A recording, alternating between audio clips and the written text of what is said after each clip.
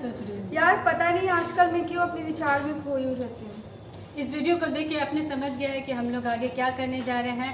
तो इस समय के लिए परमेश्वर को धन्यवाद देते हैं कि परमेश्वर ने ये समय दिया है कि हम लोग एक साथ जुड़े रहें और परमेश्वर की आराधना करें। तो क्यों ना आइए अपने वर्शिप टीम को बुलाते हैं और उन्हें कहते हैं कि हमें परमेश्वर के सम्मुख में लेके जाए।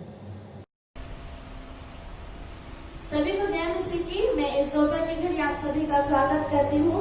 आइए हम सब मिलकर परमेश्वर की महिमा करें, परमेश्वर की जय जयकार करें। तेरा बंदा पुकार रहा है, तेरा बंदा पुकार रहा है, तेरा बंदा पुकार रहा है, तेरा बंदा पुकार रहा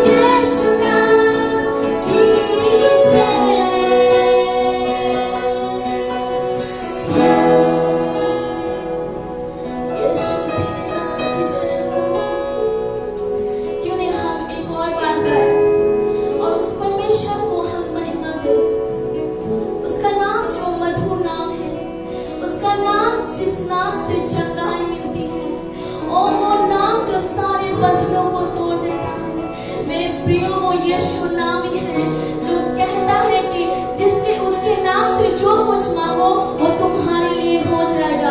मैं नहीं जानती कि आपकी जिंदगी में आप किन बातों से परेशान हैं। क्या ऐसी बातें हैं जो आपकी जिंदगी में नहीं हो रही है? मैं आपको आज विश्वास दिलाती हूँ कि उस यीशु नाम को पुकारे विश्वास के साथ वो सारा मार्ग आपके लिए खुल जाएगा।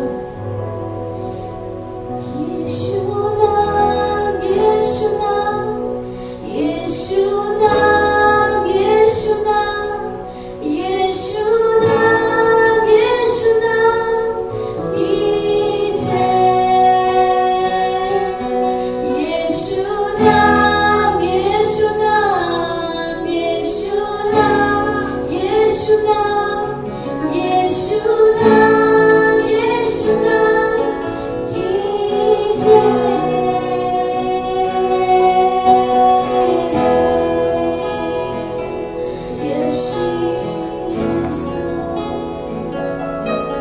प्रभु धन्यवाद करते हैं, धन्यवाद करते हैं परमेश्वर कि तूने हमें अब तक नहीं छोड़ा। धन्यवाद करते हैं परमेश्वर कि तूने हमें प्यार नहीं दिया। धन्यवाद करते हैं कि जब हम तुझे पुकारते हैं परमेश्वर तो तू स्वर से अपने लोगों की विनतियों को सुन लेता है और झुककर उनकी सारी बातों को पूरी करता है। प्रभु धन्यवाद करते हैं उन सारी चीजों के लिए।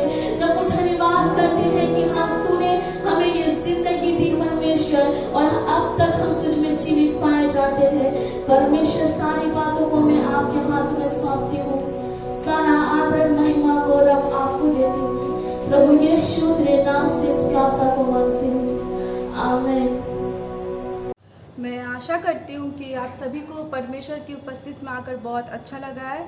और अब है गवाही का टाइम, तो हम पूनम बहन से गवाही को सुनते हैं परमेश्वर ने उनके जीवन में क्या काम किया है। सभी को जय मसीह की। मैं परमेश्वर का धन्यवाद करती हूँ कि प्रभु ने मुझे संभाला और विश्वास करती हूँ कि आगे भी संभालेगा।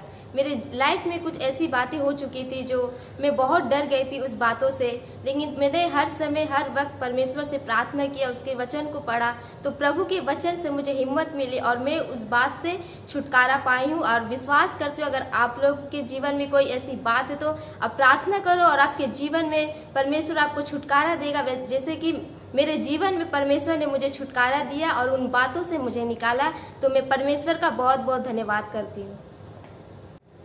Praise the Lord. क्या आपको गाना सुनना पसंद है? मुझे भी गाना सुनना पसंद है, तो क्यों ना आइए बहन संजना के द्वारा स्पेशल सॉन्ग को सुनते हैं। खुदावन अज़ीम बादशाह, खुदावन के हुज़ूर आओ।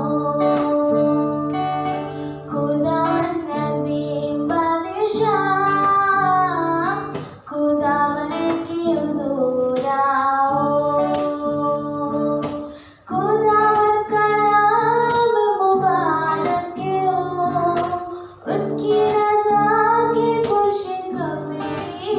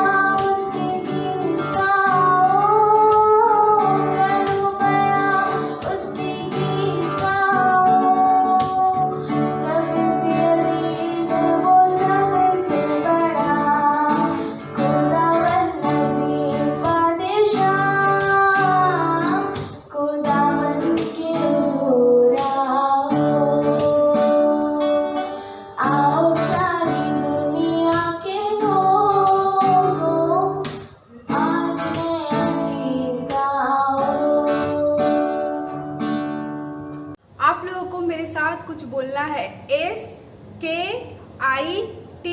तो अब ये स्किट का समय, तो आइए हम सब स्किट देखते हैं।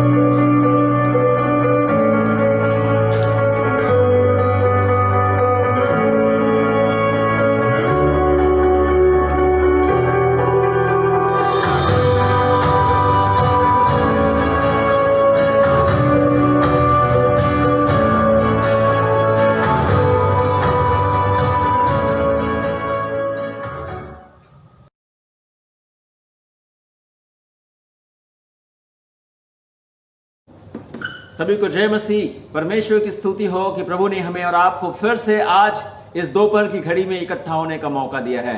और आज मैं आपसे बातचीत कर रहा हूं कंट्रोल ऑन थॉट्स, अपने विचारों पर नियंत्रण करना। और मेरे प्रिय, बहुत सारे ऐसे विचार हैं जिससे हम घिरे रहते हैं। हर एक समय हमारे विचार हमें किसी न किसी प्रकार से खेदित करते हैं, परेशानी में डालते हैं। और बहुत सारे लोग ऐसे सवाल करते हैं, बहुत सारे ऐसे जवान सवाल करते हैं। वे चाहते हैं कि कोई उन्हें बता दे कि क्या उपाय है जिससे इन सारे ऐसी सोचों से जो उन्हें घबरा देती हैं, जो उन्हें परेशानी में डाल देती हैं, जो उनके मन में संदेह पैदा कर देती हैं, जो उनके जीवन को उथल पुथल कर देती हैं, उनसे कैसे बचें। जानते हैं, अगर आप घर में रहते हैं तो आपके घर के ऊपर से कितनी चिड़िया गई, आप शायद ध्यान देते हैं कि नहीं। पता नहीं कितने गौरैये गए, कितने कबूतर गए, कितना कौवा गया, शायद आपने कभी काउंट किया होगा। वे आते और जाते रहते हैं। ठीक ऐसे ही विचार हैं मेरे प्रिय, हमारे ऊपर से आते जाते रहते हैं। कभी आपने ऐसा काउंट किया है क्या? आज मेरे घर के ऊपर से 70 कौवे गए, और उसके बाद मैंने काउंट किया मेरे घर के ऊपर से शायद जैसे कबूतर गए जो 30 के लगभग थे। कभी ऐसा किया है क्या? नहीं किया है। ठीक ऐसे ही मेरे प्रिय, हमारे और आपके जीवन में ऐसे विचार आ सकते हैं। विचारों का आना और जाना लगा रह सकता है, लेकिन कारण क्या है कि हमने नहीं ध्यान दिया? क्यों नहीं गिन पाए? कारण था कि हमारा ध्यान उन कौवों पर नहीं था, उन कबूतरों पर नहीं था। हम घर के अंदर थे।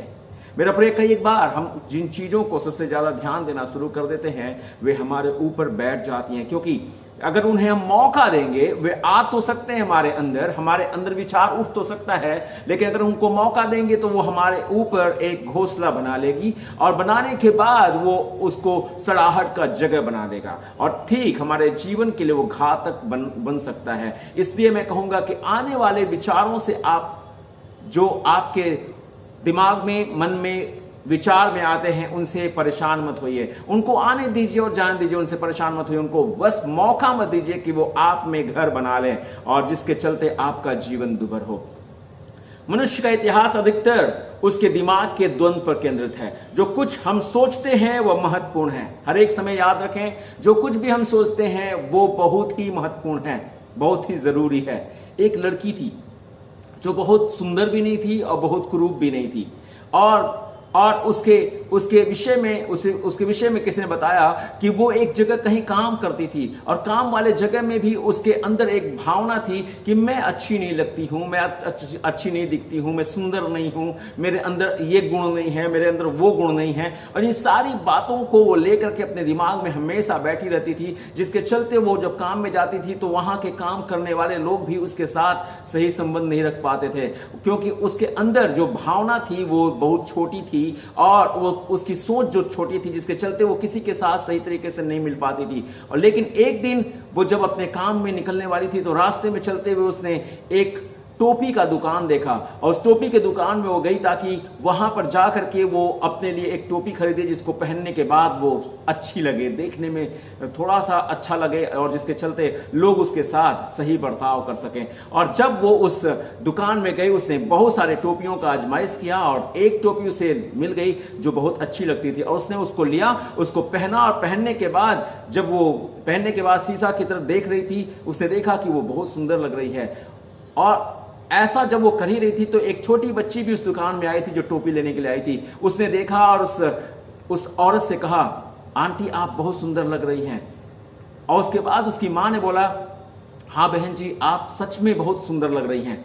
और ये बात सुनने के बाद उसके मन में बड़ी खुशी लग गई, उसका मन उद्वेलित हो गया, उसके मन में बड़ा आनंद आ गया और वो बड़ी खुश हो गई। और खुश होने के चलते उसके चेहरे की चमक बढ़ गई मेरे प्रिय। और उसके बाद उसके मन में बहुत सारी बातें उठने लगी। उसने जल्दी जल्दी जाके काउंटर पे अपने पैसे को दिया और वो जल्दी जल्दी भागने लगी कि जा करके अपने ऑफिस का काम करे। और वो जब वहां पहुंची अपने ऑफिस में तो बड़ी खुश थी। उसका चेहरे का रंग उतरा हुआ नहीं था, वो उदास नहीं थी, उसके मन में उसके चेहरे का भाव विचारशील नहीं था, परंतु उसके चेहरे में बड़ी अजब की चमक थी। और जब वो वहां पहुंची अपने ऑफिस में तो जो व्यक्ति उससे बात नहीं करते थे वे भी उसको हाय हेलो कर रहे थे। यहां तक कि उसके जो वॉचमैन थे जो कभी भी उसको सलाम नहीं ठोकते थे, उसके आते उसको सलाम ठोकने लगे। और ये बड़ी अद्भुत बात हो गई। उस दिन वो औरत अपने आप में इतनी खुश थी, इतनी ज्यादा खुश थी कि वो अपने आप को इस आनंद को रोक नहीं पाई। जब वो घर लौटने लगी तो पैदल नहीं आई, वो बस का इस्तेमाल नहीं की, वो अपने घर जाने के लिए उसने एक टैक्सी लिया और टैक्सी से घर पहुंची। और घर पहुंचने के बाद उसने जब अपने घर का बेल दबाया तो उसकी मां ने दरवाजा खोला। अपनी बेटी के चेहरे की चमक को देख करके बड़ी खुश हो गई। बेटी आज तुम बहुत सुंदर लग रही हो, बहुत अच्छी लग रही हो, ऐसी ही रहा करो। उस लड़की ने सोचा, उस औरत ने सोचा ये सब कमाल सिर्फ टोपी का है। लेकिन जब उसने अपनी मां को बोलने की कोशिश की कि ये सब कमाल टोपी का है, मां ने बोला तुम्हारे सर के ऊपर टोपी नहीं है बेटा। लड़की थोड़ी सी निराश हो गई। क्या बात है, मेरे सिर के ऊपर टोपी नहीं है?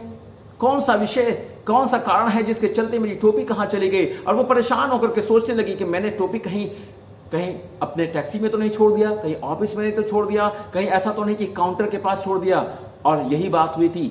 जानते हैं, वो जब पैसा देने के लिए काउंटर में गई थी, ठीक उसी समय उसकी टोपी जो बड़ी सुंदर थी और जिसके चलते उसके चेहरे का रंग खिल गया था, वो टोपी वहीं पर छूट गई थी। जानते हैं, किसी चीज के पहन लेने से और कोई चीज हमारे बदल लेने से हमारे जीवन के अंदर अंतर नहीं आ जाता। बस हमें और आपको जरूरत है कि हम अपने सत्य को समझें। मेरे प्रिय परमेश्वर का धन्यवाद हो कि उस लड़की के जीवन में इस बात को समझने में देरी नहीं लगा।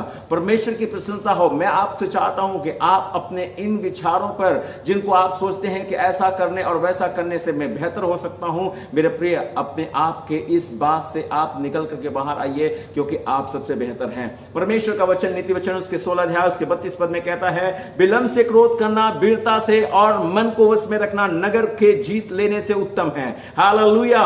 नीति वचन 23 अध्याय उसके 7 पद में परमेश्वर वचन कहता है, जैसा वह मनुष्य अपने मन में विचार करता है वैसा आप है। जो विचार हम अपने मनों में करते हैं वो विचार हमें और आपको उस प्रकार का मनुष्य बना देता है। मस्तिष्क या इसके संबंधित अन्य सब जैसे विचार, समझ और मन अधिकतर मस्तिष्क के बदले में उपयोग किए जाते हैं। पवित्र शास्त्र में इनका विशेष स्थान है। परमेश्वर हमारे मन या मस्तिष्क पर नियंत्रण करना चाहता है और शैतान भी चाहता है कि हमारे मनों पर वो राज करे। हमारा मन हमारे जीवन को वश में रखने वाला गुम्बद है। हमारे जीवन में जो कुछ होता है वो ठीक यहीं से आरंभ होता है। ध्यान रखें, हमारे मन में जितनी बातें होती हैं वो हमारे जीवन में भी वही बातें होती हैं। जो बातें हमारे मन में चलती हैं वही हमारे जीवन में चलती हैं। हमारे सारे निर्णय भी यही होते हैं हमारे मन के अंदर। और सच्चाई यह है कि आज हम जो कुछ भी हैं इसी की बदौलत है, और जो हम इतने सालों से सोचते रहे हैं वे सब इसी के कारण हैं। क्या कभी आपने अपने विषय में जो सोच रखते हैं या आपके अंदर जो सोच या विचार है उन पर आपने कभी सवाल किया है? कैसे कैसे सोच हमारे अंदर हो सकते हैं? कभी आप अपने उन विचारों पर सवाल कीजिए, क्या मैं किस विषय पर या कौन सी बात सोच रहा हूं। नंबर 1, कौन सी बात के विषय में मैं सोच रहा हूं, उस पर मुझे सवाल करना है। क्या ये मेरे लिए लाभ का है या हानि का है, मुझे सोचना है उसके विषय। नंबर 2, मैं अपने विषय में क्या सोचता हूं, मेरी सोच अपने विषय में कैसी है। नंबर 3, मैं औरों के लिए क्या और कैसे सोच रखता हूं, किस प्रकार की सोच मेरी औरों के लिए है। क्योंकि जब हम सोचते हैं वही हमें अपने वश में रखता है। बिली ग्राहम जो एक सुसमाचार प्रचारक थे, उन्होंने इस प्रकार से कहा, जो कुछ आप विश्वास करते हैं वह महत्वपूर्ण है। आपके मस्तिष्क का विकास महत्वपूर्ण है। हमें मसीह में बौद्धिक विकास करने की आवश्यकता है। हमारा एक परिवार होता है, उसे परिवार या संसार कहते हैं, और दूसरा संसार जो है हमारा मन है। जिस तरह हमारे संसार में, हमारे घर में तरह तरह के काम होते हैं, ठीक उसी तरह के काम, तरह तरह के विचार हमारे अंदर आते हैं जो हमारे मन में होते हैं, जो मन का काम होता है। घर में क्या क्या क्या क्या होता है सब जानते हैं, क्योंकि वह सबको दिखता है, परंतु मन में क्या क्या होता है यह किसी को नहीं मालूम। घर में जो कुछ भी होता है सबको दिखाई देता है, लेकिन मन में जो कुछ भी होता है वो किसी को नहीं दिखता, सिर्फ केवल आपके और परमेश्वर के, और कोई नहीं जानता। जानते हैं, आपके और परमेश्वर के अलावा कोई नहीं जानता। उसके साथ साथ एक जन और है जो वो भी आपके मन के विचारों को जानता है, और वह है शत्रु शैतान। हमको अंदर से ठीक होना जरूरी है। जिसके मन शुद्ध हैं वह स्वर्ग में परमेश्वर को देखेंगे, वचन कहता है। हमारे मन को शुद्ध होने की आवश्यकता है, ठीक होने की आवश्यकता है। अगर आज भी आपके मनों में ऐसे सवाल हैं, ऐसे बीमारियां हैं, ऐसे विचार हैं जिसने आपको आज धराशायी कर दिया है, तो मैं चाहता हूं उनसे आप निकल आए। आज हमें अपने मनों को ठीक करना अनिवार्य हो चुका है। आइए हम ध्यान दें हमारे पास कैसे कैसे मन हो सकते हैं। जानते हैं, नंबर 1, पहला, लालची मन, जो हमारे अंदर लालच भरता है, वो अपने फायदे के विषय में सब समय सोचता रहता है, ऐसा मन है। दूसरा मन, घमंडी मन बोलते हैं, और वचन बताता है, बाइबल कहती है, नाश होने से पहले मन में घमंड आता है। किसी को ज्ञान का घमंड है, किसी को बुद्धि का घमंड है, किसी को अपनी ताकत का घमंड है, किसी को अपने धन का घमंड है, किसी को अपनी योग्यताओं का घमंड है। यह घमंडी मन है। उसके आगे मैं बहुत सारे मनों के विषय बताऊं। व्यभिचारी मन, तीसरा व्यभिचारी मन है, जो मत्ती रचित सुसमाचार 5 अध्याय उसके 28 पद को आप पढ़ें तो आप बताते हैं व्यभिचारी मन। और वचन बोलता है कि अगर मैंने किसी को अपनी निगाहों से गलत तरीके से देखा तो मैंने उसके साथ व्यभिचार किया। चौथा मन है बटा हुआ मन, जो अस्थिर है, वो स्थिर नहीं है। पांचवा मन अविश्वासी मन है। छठा मन जिद्दी मन है। सातवां मन जो है वो शांत मन है। आठवां मन धन्यवादी मन है। नौवां मन जो है आनंद से भरा हुआ मन है। इस संसार में हर इंसान को किसी न किसी से धोखा होता है। हमने बहुत से लोगों से यह कहते हुए सुना है, उसने मुझे धोखा दिया। पता नहीं किसी के दोस्त ने किसी को धोखा दिया, किसी के अपनों ने उसे धोखा दिया, किसी का कहना है कि उनके बेटे बेटियों ने उन्हें धोखा दिया। और सवाल लेकर बैठे हुए, उसने मेरे साथ ऐसा क्यों किया? मैंने उसका तो कुछ नहीं बिगाड़ा था, क्यों उसने मेरे साथ ऐसी गलत काम किया?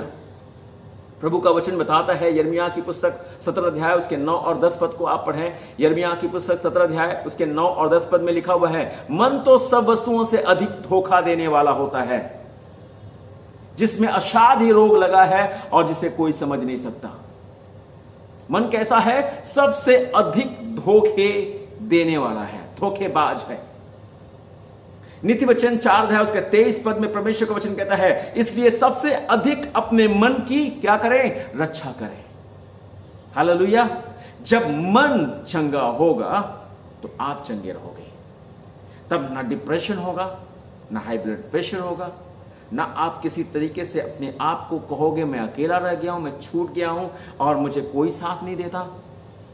जब हमारा मन सुरक्षित होगा हम सुरक्षित होंगे, क्योंकि बाइबल कहती है नीति वचन 4 अध्याय उसका 23 पद में, सबसे अधिक अपने मन की रक्षा कर, क्योंकि जीवन का मूल स्रोत वही है। बहुत सारे लोग अपने मनों को बहुत काफी व्यतीत करने के चलते अपने जीवन को खो देते हैं। मन पर काबू नहीं होने के चलते लोग आत्महत्याएं करते हैं। मन में दुख होने के चलते लोग नशे के शिकार हो जाते हैं। बुरी लत उनमें लग जाती है। सोचते हैं अगर मुझे शांति प्राप्त करना है, अगर मुझे इससे छूटना है तो मैं नशे का इस्तेमाल करूं, जिससे कुछ पल के लिए मेरे जीवन का यह दुख तो मुझसे दूर हो सकता है।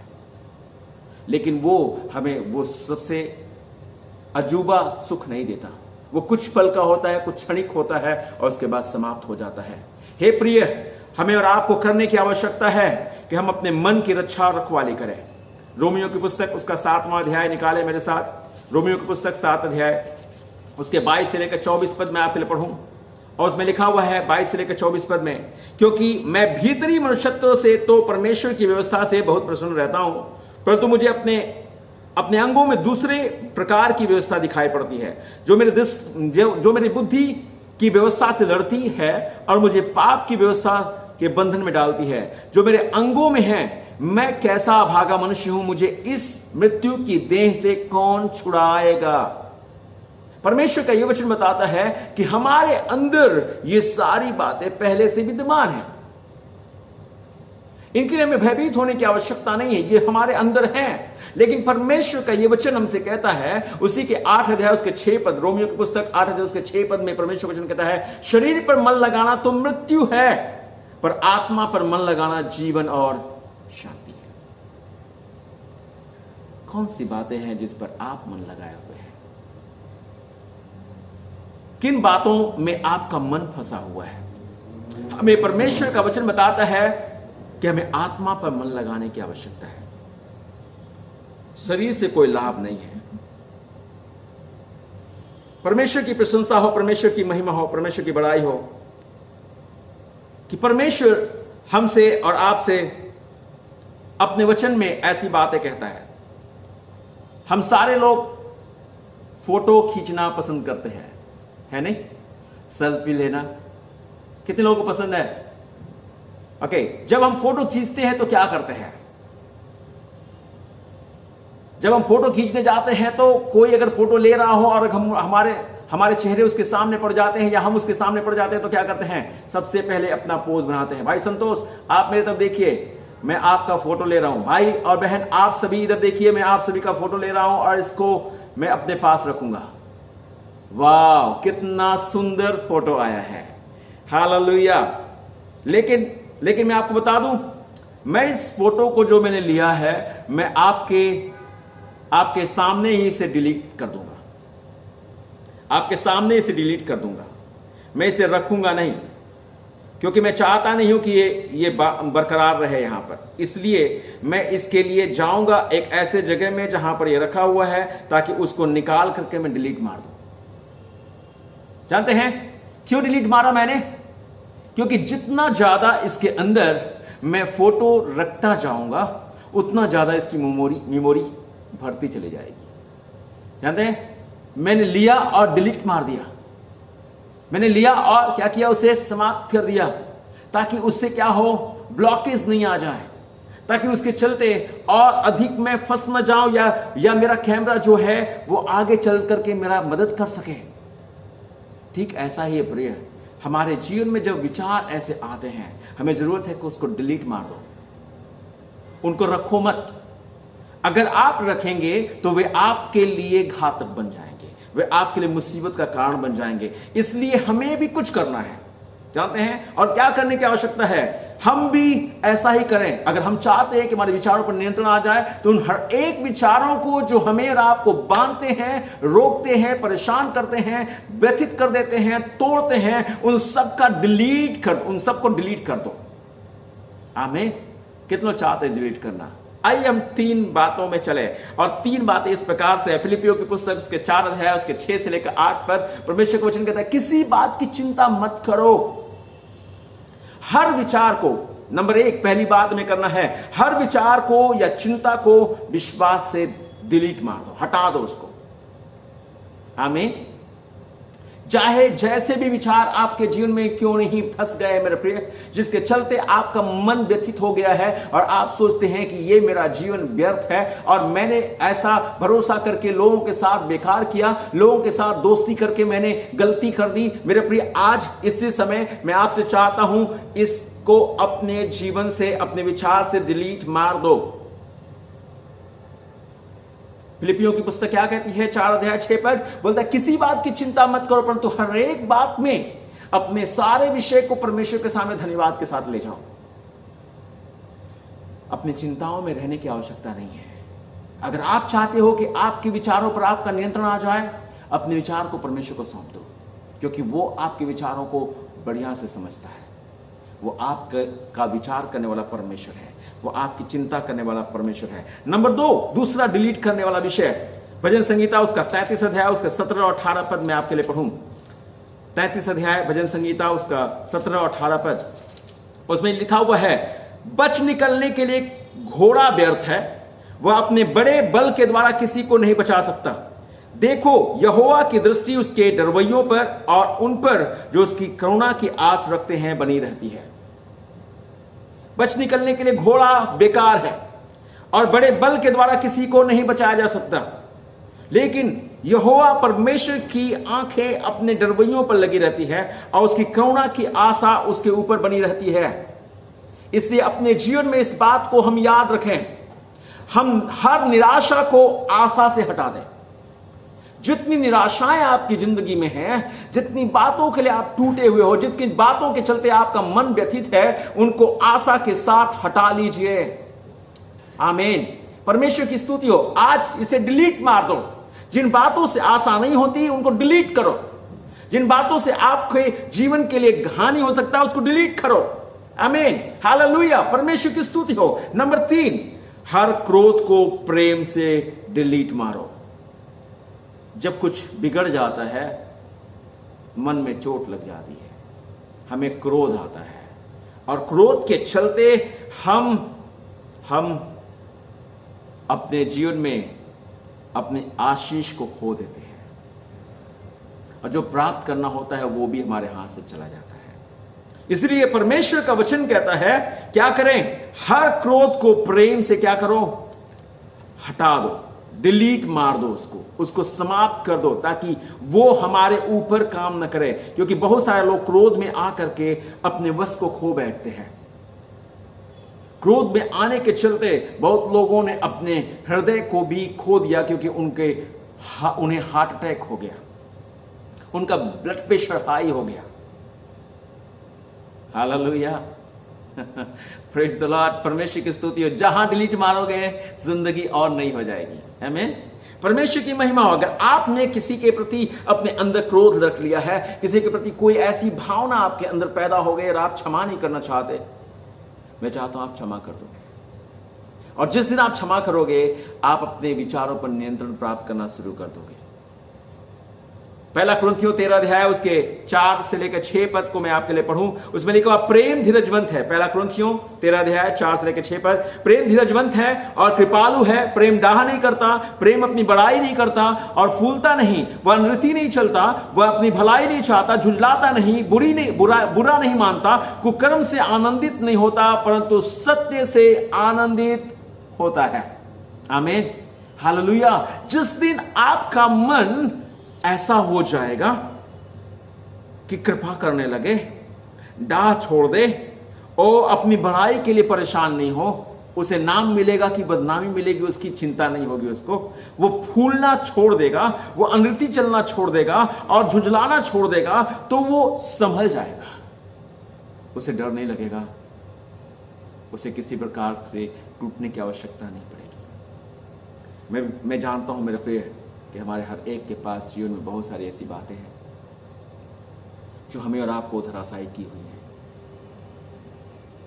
लेकिन याद रखें, अगर हमने और आपने वश में रखा इसको, तो हम नगर को जीतेंगे।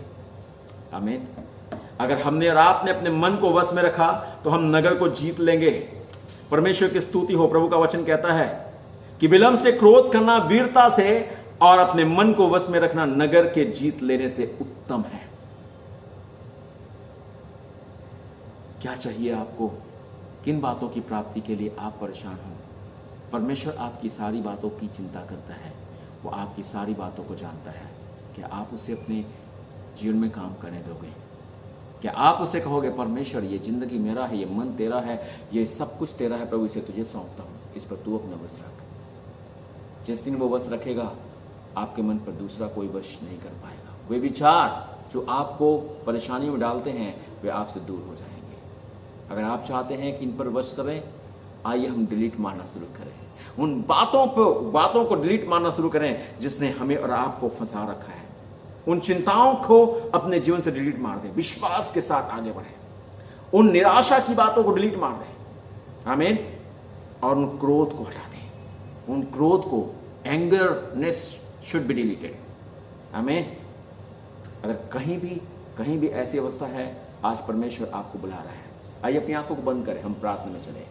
स्वर्गीय पिता, हम धन्यवाद के साथ इन सारे भाई बहनों को आपके हाथ में सौंपते हैं जिन्होंने पिता परमेश्वर तेरे वचन को सुना है। इन पर तेरी आशीष हो। और जितने पिता परमेश्वर इस समय अपने आप निराश, परेशान, चिंतित और व्यथित हैं, और जिनके जीवन में खुदा बाप मेरे पिता परमेश्वर शत्रु ने विचार डालने शुरू किए हैं, मेरे सामर्थ्य परमेश्वर इनका मन का विचार, इनका सदैव आपके वश में किया जाए। प्रभु आप इन्हें अपने लहू में छिपा ले, अपनी शांति और चैन दे। इनकी सारी ऐसी सोच जो पिता परमेश्वर इन्हें फिर से उन पुरानी बातों में ढकेल कर ले जाती है, पुरानी आदतों को याद दिलाती है, पुरानी चीजों में फिर से अग्रसित करती है, उनसे इन्हें निकालने में और निकलने में मदद कर। प्रभु तू शक्ति दे, तू इनकी सहायता कर, ताकि इनमें से कोई धराशायी न हो, तो तुझ में ये चैन से अपने जीवन को जीने पाए। धन्यवाद करते हैं, हर एक पर तेरी आशीष हो। और जब मेरे पिता परमेश्वर जब हर एक इस बताए गए वचन के अनुसार अपने जीवन को जीना शुरू करते हैं, हर एक उन्नतशील हो। और जित परमेश्वर इनके द्वारा खुदा बाप तू महिमा राजा को प्राप्त करे। मेरे स्वामी धन्यवाद करते हैं, इनमें से कोई निराशा में है